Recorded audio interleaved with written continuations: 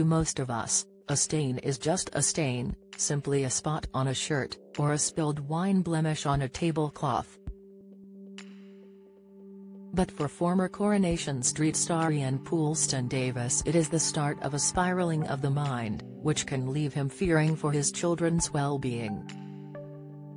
Catastrophizing that I could be poisoned by touching a tea stain can be a common thought, Ian explains. My thoughts are mainly to do with contamination or fear of harm to myself or to others. If I spot a stain, my unwanted thought will tell me it's toxic and dangerous, that if I or my children touch it something awful will happen. I can often go back 10 or 20 times to examine that stain. Ian, 65, whose film directorial debut Boland's Shoes was released last week, has obsessive-compulsive disorder. It plagues people with worries about contamination, germs and harm. Ian remembers how his OCD was a daily battle on the Coronation Street set. He originally only signed up for 18 months to play fiery builder Owen Armstrong, but found filming on the cobbles a comfortable environment. Despite the inner turmoil, Ian was supported by his colleagues, who included Beverly Callard, during his stint from 2010 to 2015. I remember Anthony Cotton, who plays Sean, who would be behind the bar in The Rover's Return, was very good before a scene, saying, "I've checked the glasses, Ian. There are no chips," he says.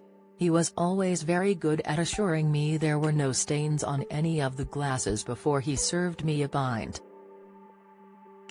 Mikey North, who played Owen's stepson Gary Windass alongside the builder's partner Anna, Debbie Rush, and his stepdaughter Faye, Ellie Leach, was particularly patient. We had a lot of scenes on pretend building sites. If dust got in my eye, I'd think I scratched my retina and Mikey would look to check. He was very good at calming me down, Ian says. Ian was not diagnosed until he was 35 but was aware of his OCD aged 7. He says, "I do remember from a young age being bothered by annoying rituals I did and silent fears I had. No one would have known about OCD back then. I'm pretty sure not even many in the medical profession. It was my very best secret. I wasn't going to tell anyone about these habits I had.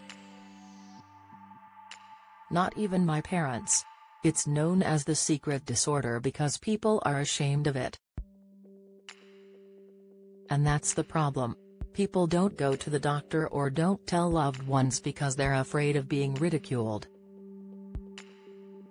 I wish I'd have made it clear to everyone that I had OCD when I started my career because I exuded so much energy trying to disguise it."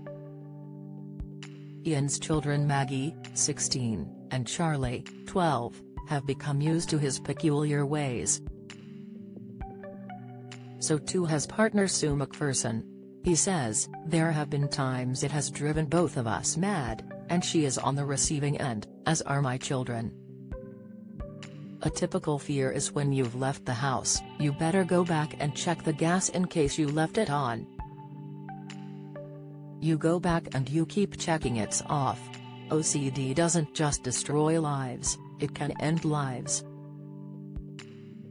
I try to raise awareness so people don't feel alone." When Ian was diagnosed in 1995, cognitive behavioral therapy helped. He has developed his own toolbox of tricks to deal with chewing gum thoughts, those that stick in his head. Ian says, "I find what's very useful is to either use your phone or write it in a notepad and promise you will go back to that thought half an hour later. That fools the OCD into thinking it will be taken care of. I am happy that I am managing my condition." However, it did not help Ian with theatre work, which he had to give up. "I loved performing live but I kept forgetting lines because I was so distracted by the sights and sounds around me," he says. although Ian wonders if his OCD might have helped when writing and directing his first film.